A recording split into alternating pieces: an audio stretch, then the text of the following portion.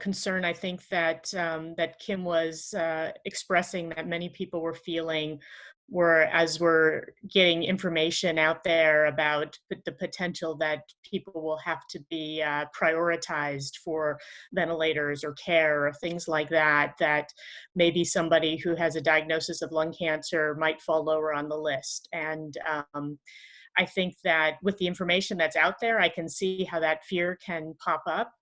I do think that, fortunately, we are in a different scenario than like what we've seen in places like Italy and other places in Europe. And I think that, number one, it's pretty unlikely that most of our lung cancer patients are going to get COVID. So that's a good thing. And we're not in a place where we're really rationing ventilators and having to come to those conclusions and those discussions. And really, in the U.S., where and again in California, I don't know where other people are, but in most areas right now, with our social distancing, we are improving the scenario. And the way that we care for people is with patient autonomy.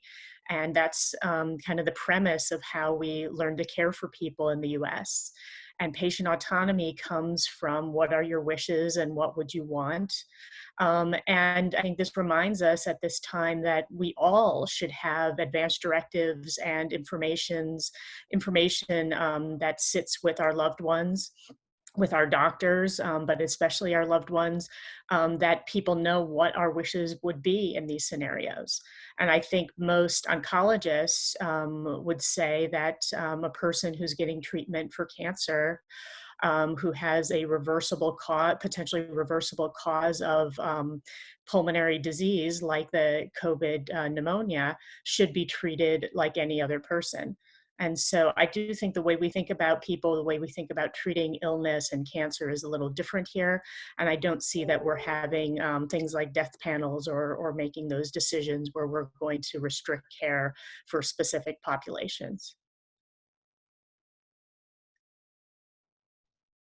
I think that's really reassuring information, and I appreciate you sharing that.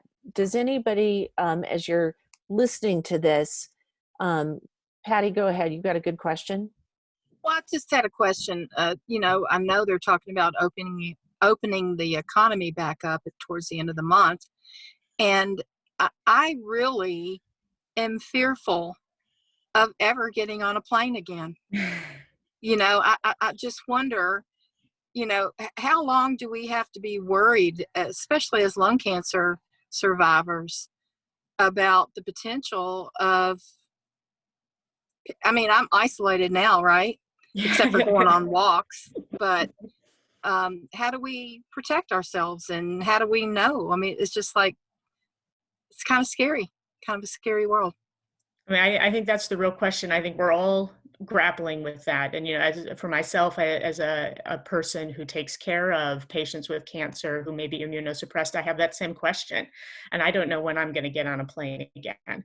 If they open things up and say it's safe on May 5th or whatever, does that mean that we're all going to jump on a plane? Probably not. And so I agree that it's going to take time before normal gets back to something. I would, plan a summer trip that's a drive away rather than a plane ride away at this point. But I think, I think until we have something like a vaccine or something that we can protect more people or have an understanding of who's been exposed and a large part of the population has been exposed, we won't be able to really safely be in our lives in the same way.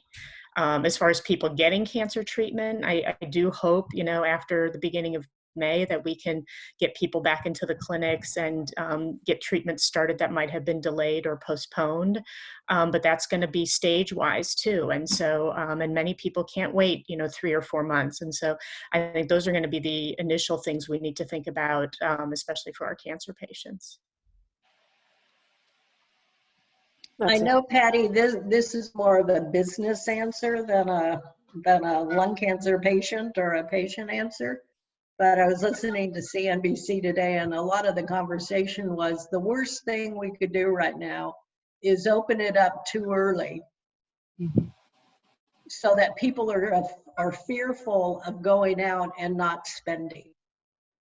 That could be even more disastrous for the economy. Right. We'd be better off keeping it closed until we're sure that we know what we're doing and that people will feel comfortable going out. Maybe not to jump on a plane right away, but at least to go to your local restaurant. Yeah, my issue is I can't go see Dr. Shaw in Boston. So I missed last appointment. And so going forward, I have a little anxiety about that, There is a great doctor here at Winship Cancer, who was my doctor before, but it's kind of just scary. I feel like I'm losing that connection with my doctor because she can't see me in person.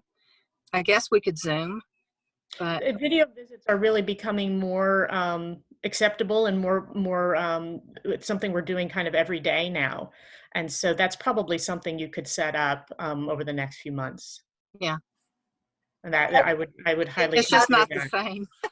It's not the same, but at least it's a connection. Right.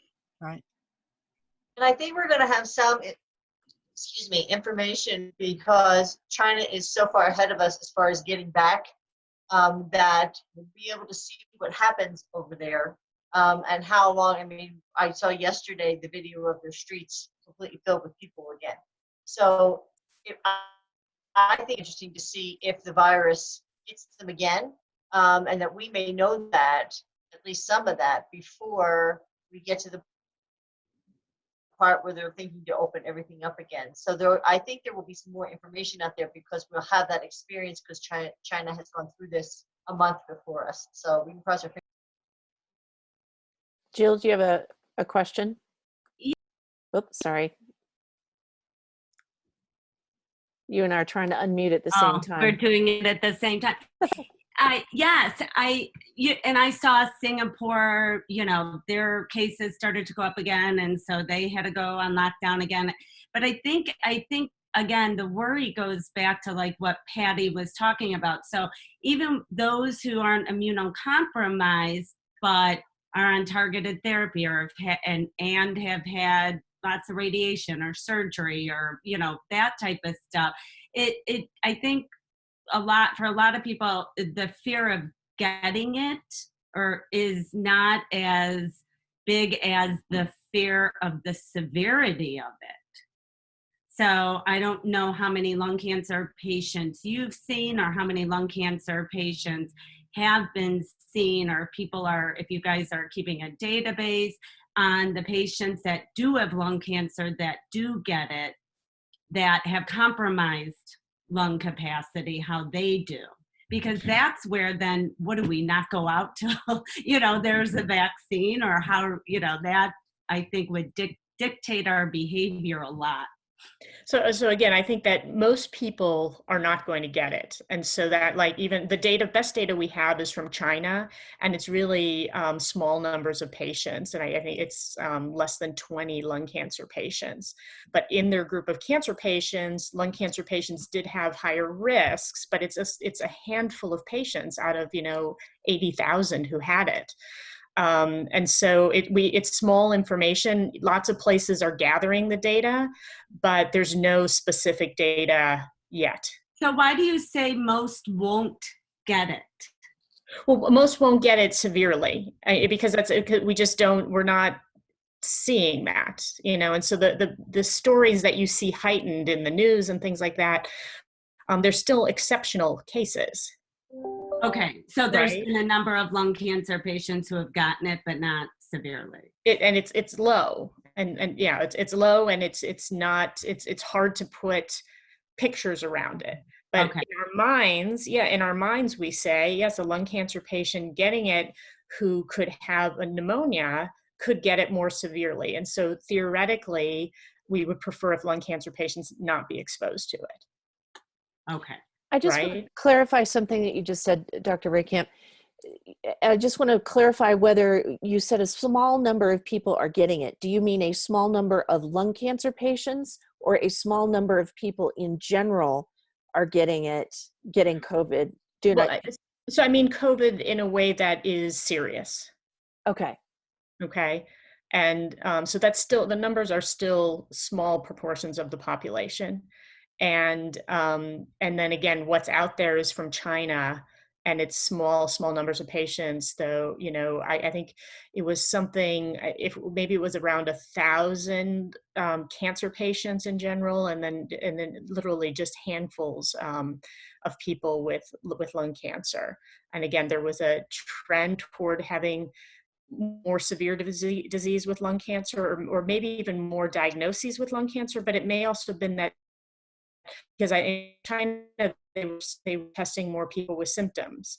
So who's going to come in with cough and shortness of breath in your cancer population? Probably a lung cancer patient. So maybe more of those patients got tested even. So, and it was people who had had recent surgery or recent cytotoxic chemotherapy that did have worse outcomes, but again, very, very small numbers. So, I heard someone make a comment earlier in the week as a result of that JAMA study or report that came out that said lung cancer patients are at greater risk of getting it. And I just kind of went, no, no, no, no. I didn't think that's what that study said at all. And it was such a small number of groups. I would hate that to get out. Right, and I think that might have been a part of what it is, but I think again, these were more people who got tested. Right. So in their cancer population, more people had lung cancer, but again, more of these people probably showed up with shortness of breath and cough. But I don't think it was more severe in the lung cancer patients per se. If it was more severe in people who had had recent therapy. And again, it ended up being handfuls of patients. And this is part of the problem with the data that comes out. You know, we're used to randomized trials, you know, strong levels of evidence. And here we're looking at literally case reports, and they're coming out rapidly. But they're just snapshots of information that we're trying to glean anything we can from them. And so we shouldn't attach too much weight to any of these any single report. I was going to ask you, do you really believe everything that's coming out of China? No, short answer. Yeah, me neither. AJ has a question. He said, and I'll get to you in just a second, Lisa. If his question is, if it's such a small number of people who are going to get sick, what extra precautions should lung cancer patients take as time goes on? I mean, I still think that our lung cancer patients are probably going to have to seclude themselves longer than the general population, you know, and consider themselves in a higher risk category for getting more severe disease if you do get it. So I would continue the social distancing as long with what they recommend for high risk groups, and that's what I would continue with at this point. Okay, Lisa, thank you. Lisa, do you have a question? Just a quick comment. I was thinking that when you'd said earlier about numbers coming out of China because they're so much further ahead of us, I don't think we have accurate and probably honest information necessarily from China, but maybe looking at Italy because they were so severe and they have been pretty open, I think, with their communication as far as what they're dealing with and what's going on there. And a lot of us also do know people that live in that area, so we're getting some firsthand information from them as well as citizens of what they've been seeing. But I was just talking to my husband about that the other day because he's extremely terrified for me to leave the house, and he's in another state working right now, so I'm home alone. And we were talking about if we really think they're probably going to extend this another 2 weeks, at least in Nevada, because we haven't hit near our peak yet. We've been pretty lucky that our numbers have remained pretty low and our healthcare system isn't overburdened yet. But they're expecting us to hit our peak around April 20th. So I can't imagine that 10 days later they plan on, just lifting things and people going back to life as normal. But I don't feel comfortable, going back to work. I just started a job 4 weeks before this. I haven't worked in 11 years, and I just started a job 4 weeks before this happened, and was extremely excited to find out they're actually paying me to be home. But they're talking about opening back up with still having a lot of precautions in place on May 1st, and I was thinking I probably wouldn't, even if that happened, I won't feel comfortable probably till at least June 1st, even depending on what things look like, maybe even longer, going back and working with the public like that again, just to stay more cautious. Because just because our numbers have flattened out doesn't mean obviously that it's disappeared. We're still going to be seeing cases all over. So I think we do still need to remain extra cautious on our own, and whether that's wearing masks or still keeping some social distancing and stuff in place, even when the rest of the world, decides that they can move forward. I think a lot of us will probably still remain really cautious moving forward, just to see where this goes. I have a question, Dr. Raykamp, about masks, because that came out, I think, either late last week or early this week. Thank you, Lisa. The recommendation that everyone wear masks. I wonder if you could just touch on that quickly as to if that is protecting us or protecting other people, or what the value is. So I think it's twofold, and I think what we do know is that in general, when they've done these types of studies with flu, it generally hasn't decreased the risk of getting flu in just wearing masks in general. But what they think, number one, they think it helps people not touch their face. And you have to remember, if you have gloves on, if you have a mask on, still, if you touch something and then touch your face, it's no different than not having washed your hands, right? And so wearing gloves and wearing masks, if you just think of it as protection, and then you still do the same things and don't wash your hands in between touching various surfaces, you're not protected. And also wearing a mask, we all have a little cough that we do every once in a while or things like that. If you're wearing a mask, you may not spread that into the air. And so you may be protecting other people more so than just yourself. I think most people think if you're, walking outside your house and you're nowhere near anyone else, that wearing a mask is probably not doing a whole lot other than making you hot and making it hard to breathe. So in the grocery stores and things like that, where people are a little more close together. But remember, anything you touch and then touch yourself or near your face or your eyes, if you didn't wash your hands in between, whether you have a mask or whether you have gloves or whatever, those are not, they're still contaminated pieces. So I'm still confused about a mask being a two-way street. So I get it if I have it and I have a cough, it'll keep you from getting it if you're anywhere near me, okay? But then if you cough and you're not wearing a mask, why doesn't it? Well, because generally, if we're social distancing, I'm probably not close enough to you to give it to you. So that if you're social distancing, the mask is really not helpful. If we're in the hospital in front of a patient, examining a patient, then a mask is helpful two ways. But when we're social distancing, wearing a mask to protect you, the social distancing should be enough. There's these pictures of, they show it to us all the time on, we do town halls almost every day, and we get updates, and they show where the airlet droplets and where the droplets go as if you like spittle out of your mouth or cough out of your mouth. And if you're 6 feet away from people, you're pretty much not getting any of that. So when I'm going for my walk, and the runner without a mask comes running by me and is sweating and huffing and puffing, I'm screwed, right? Well, they're probably not actively coughing all over. So it's probably, you're still probably not getting exposed. Ivy, I want to get to you really. It'd be nice if they moved their 6 feet away from you to run around you. Yeah, that's my pet peeve right now, you can tell. Agree. Ivy, you had a question. You should have a sign or a big sticks that say "Stay 6 feet away." Question. regarding CT scans and going in for our regular scans. Now mine have been pushed out a bit, so I mean I don't have it coming up right now. But I guess one concern I have is that, you know, we're hearing that, you know, a lot of the COVID-19 patients are also having CT scans to check on, you know, how, you know, their lungs are looking. So I guess one of my concerns is, in general, are, you know, when we go in for a CT scan, are we going to be using the same machines as the COVID-19 patients are? And are there, you know, are most hospitals taking, you know, special precautions to like make sure that, you know, they're disinfected, and, you know, is there anything extra that we need to be doing?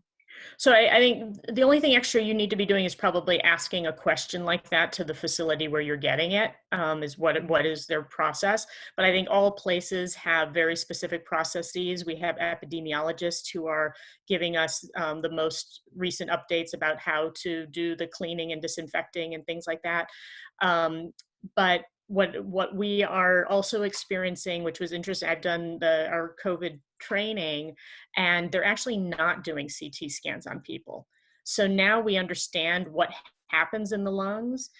Chest x-rays, that where the x-ray machines come into the units and do the x-rays, but they have dedicated machines, but they don't want people going into so they don't want them going for extra echoes, CT scans, those types of things, unless there's some clinical need for it. And if that's the case, they isolate the place, they do it at the end of the day, they do it in ways that make sure that the facility can do the cleaning it needs to after. But really, we are actually not doing it because we know what happens in the lungs. It's pretty clear. And so we're following clinical symptoms and chest x-rays far more than doing routine CT scans. Oh, thank you. Okay, that's very reassuring.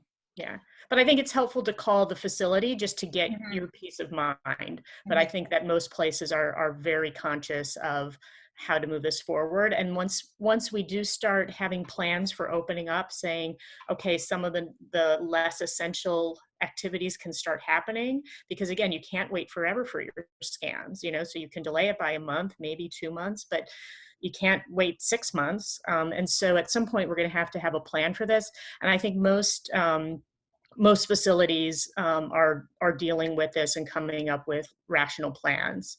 And I think each week that goes by, because literally we're thinking about this 24/7, I think most hospitals and most facilities are pretty well versed in figuring out how to be as safe as possible for their patients and the people they care for. Thank you so much. I know, Dr. Raykamp, you have about 2 more minutes, and I want to be really mindful of your time because I know you're very busy. Is there any final question that anyone has for Dr. Raykamp before we release her time? You guys feel pretty good. Dr. Weitz. Oh, you're going to have to unmute yourself.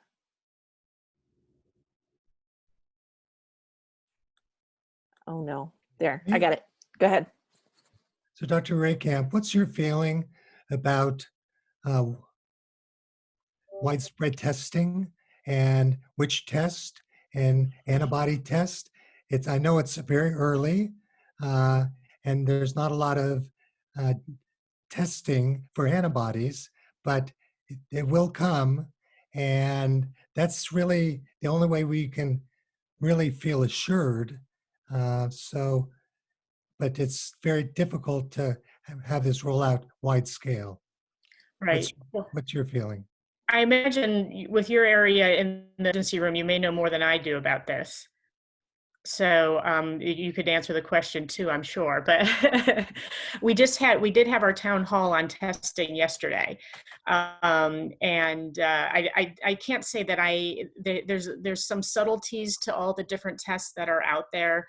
There's just little different specificity and sensitivity when it's going to be positive. You know, how many days you have to be symptomatic, and obviously if you're asymptomatic, a negative test is not very helpful. And even if you're symptomatic, sometimes a negative test is not definitive. And if you're too far into the course of the disease, a negative test may not be definitive. And so I do think that just testing by PCR for the disease. A positive test is great. It's going to help you some, but a negative test is not going to help you, and it's not going to help anybody feel more secure that they don't have it or haven't been exposed. So I do think going toward the antibody testing, I think, and I think that that we are going to start analyzing the antibody tests by testing healthcare workers, and then they're going to be honing in on the sensitivity and the specificity by testing the healthcare workers that are on the front lines with those COVID patients to try and understand where they're at, both symptomatic people who have been symptomatic, but people who also have not been symptomatic. But we don't know for sure that if your antibody comes back positive, if you've potentially been exposed, whether you couldn't get sick in the future. And so we don't know that for sure, but that's the hope of that. So we're starting to look at that. And I do think ultimately, in order to get high-risk people back into the workforce and out into the world, and to get healthcare providers back out into the world in a major way, we're going to have to do the serology tests. What do you think? No, I totally agree. I think the only peace of mind is potentially that antibodies would protect you from getting it again. That's a great hope, but I don't think we know enough yet to make that statement Right. categorically. Right. But in the emergency department, we had one worker go down, one physician, and he was pretty serious, and he had bilateral infiltrates. And fortunately, they gave him, interleukin, and he responded very well. But the question then became, when can he come back? Right. And that was a challenge. And then should he treat everybody then after he comes back? Thank you so much. And Dr. Raykamp, I want to invite you to stay on the call if you'd like to stay on the call, but I want to invite you to hop I had to off. call into another call, so I'm sorry. Okay, but this was that's great. fine. Good luck, everybody. And thank you, Kim and team, for doing this, because I think this is a really great support for everybody at this really anxious, provoking time. Thank you so much. I really appreciate it. And guys, I have one more quick thing once we say goodbye to Dr. Raykamp. Dr. Raykamp, right, thank take you so care. much. Thank you. I want to jump back to a couple of minutes ago, just very quickly with Diane. I don't know if you guys know, Diane was the news director at Channel 7 here in Denver. She was also an assignment editor at NBC in New York. And so I just want to have Diane give us a little bit of perspective on the distortion that happens unintentionally in the media. And I think that might kind of help think a little bit about what we're seeing and how to interpret that as we're seeing it in media coverage. Just real quickly, no matter what the story is, I think the perfect example is a tornado. When the tornado goes through the town, you see the pictures of devastation of the tornado. But it's usually in a very small area. And if you were to drive to that town, you would still see problems, but nothing along the lines of what you see when you're actually there. It's the same with COVID, is that the stories, in order to keep your attention, in order for you to watch, they want to tell the stories of people who do have the worst situations. In some cases, I think that's a good thing right now, because for so many people, they were so slow in social distancing and really believing it. I still have people that I know who think this is all a bunch of crap, and I'm sure we all are there. So in some respects, it's good to have those stories. But for those of us who are more susceptible to the concern, I literally have been in my house for a month in Denver. I was in my house long before everybody else was in their house in Denver. And my big concern was because I have two parents that are in their 80s that I knew that if they got it, I'd have to take care of them, and I needed to be healthy to do that. And we had a plan for them. So anybody who is really touched by it, when you see the stories, it impacts you differently than the general public, and that's who they are programming for, as well as they want to. So that's how that distortion happens. But I thought maybe And I just saw that my internet connection on my back. Sorry. Yeah, it's And a so little I bit. thought maybe just at the end here, real quickly, just so we end on kind of a higher note. For each one of us to just give one thing that happened this week that was good, that was funny, that was upbeat, something we heard or saw, or something that made us feel good. And I'm going to start. My family and I go out and howl every night at 8 o'clock for in support of the healthcare workers. The first night we went out, we took our old golden dog, golden retriever dog, out with us, who has never howled in his life. And we were all out there throwing our heads back, howling at the top of our lungs, as were most of the people on the mountain that I live on. There was this eerie, crazy thing, and the dog looked at all of us, and he threw his head back, and now he howls with us every night, and I think that's the most fun thing in the world. So that's my happy moment for the week. Ivy?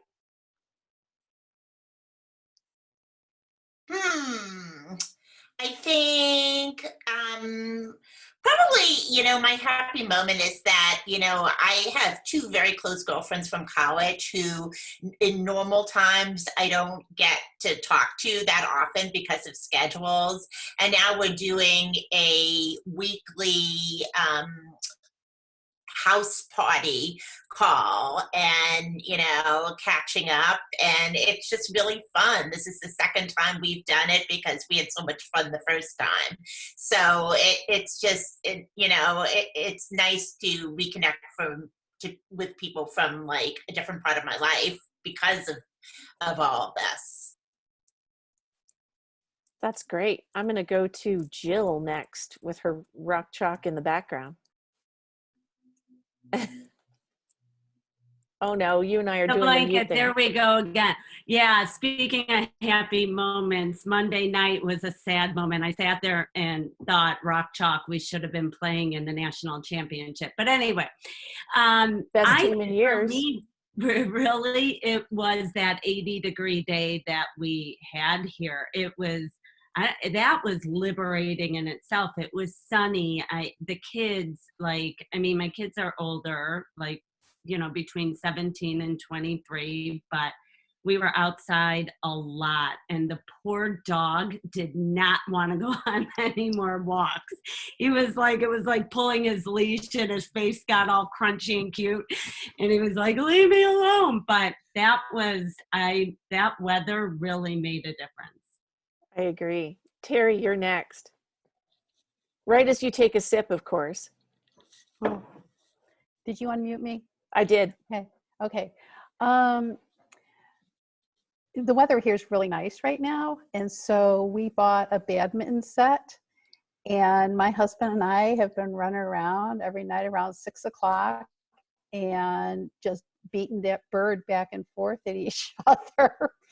And it's neither one of us is any good at it. We don't put up a net or anything, but it's just kind of getting us out there running around, burning off a little bit of energy in the fresh air. Oh, good fun. Matt, you look like you're doing a bunch of stuff. Do you want to join in? Yeah, I'm kind of with everybody. The weather's been nice.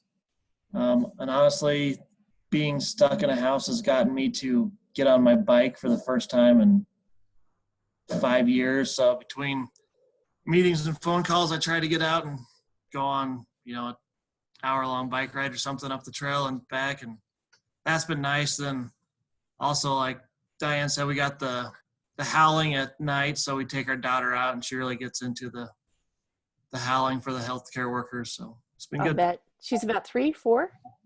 She's 4. Yeah. 4. Do you have a road bike or a mountain bike? It's a road bike. Nice. Good for you. That's great. Lisa B, what good things have you been up to? This week's been pretty uneventful, actually. But I was late to the call because my daughter called me. She just started a new job as a caregiver companion, and she was really excited. She has an interview with her first family today, so I was excited that she actually called me. All excited about it to share with me. She's in college in Northern Nevada, so I feel like I text her sometimes and I will get a text like 3 days later. I text her like this big old thing and I get a okay 3 days later. So I was really excited that she actually called and wanted to share that with me. A little worried about her going into some people's homes and stuff, but she's trying to be cautious, of course. But so that was pretty exciting. And Terry, I'm jealous about the badminton. My husband and I play that in our pool a lot in the summer. We have a little bowl kit, and that's a lot of fun. I'm alone, so I'm totally bummed out sometimes when I hear all these cool, fun things you guys are doing. And I'm like, that's nice. I can't wait till I could do that again. I have a 12-year-old boy, so if I See if you get the dogs to howl. get the dogs to howl. Jesus. Yeah, definitely. I will try that. I was going to say I have a 12-year-old boy, so if I had something called a shuttlecock in the house, everything would go completely haywire. I see other parents of 12-year-old boys or former 12-year-old boys. Dr. Weitz, what is the good thing that you had this week? Well, Janice and I have a ritual with our dog Louie, and we go to each end of the yard and we play what we call the come game, where our dog Louie will chase, we'll hand him a treat, and then he'll go running to Janice and she'll give him a treat, and then he comes running back full blast and I give him a treat. We go back and forth. It's amazing. His endurance and his zest for it is so refreshing. I love that. AJ, I can't see you. Do you have something you want to chime in?